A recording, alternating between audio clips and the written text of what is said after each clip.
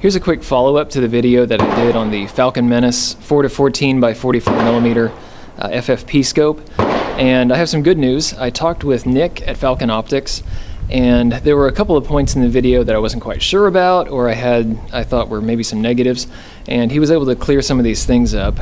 So let's take a look. First off, I had a question about the coatings on the lenses, and this is fully multi-coated. According to Nick, there is only one element in this whole structure that is not fully multi-coated, and that is the reticle plane, and I think that's kind of typical. Some other things that he discussed were one of the common complaints were the mushiness of the turrets, and what he said was, well, actually he pointed me toward the manual at the very end in the troubleshooting. It says that if the turrets feel mushy, then what you have to do is remove the turrets, locate the O-ring, apply a silicone lube to it, put everything back together, and then the clicks should be much more palpable. And I'm happy to say that they are. Now they were, when it was a little bit warmer, they were feeling better. Now that it's cooled off, they are kind of feeling a little bit mushier again.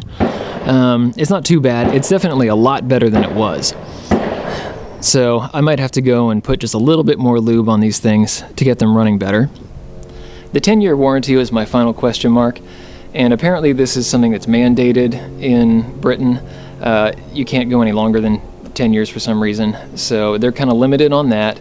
However, if something does go wrong within those 10 years, you don't have to send it all the way back to England. What you do is you just send it back to the dealer, and in my case it was swfa.com, and what those guys will do is they'll check it out, make sure there wasn't some kind of user error, and then in most cases, he said, what they'll do is they'll just send you a different scope and then send the broken one back to England to be repaired.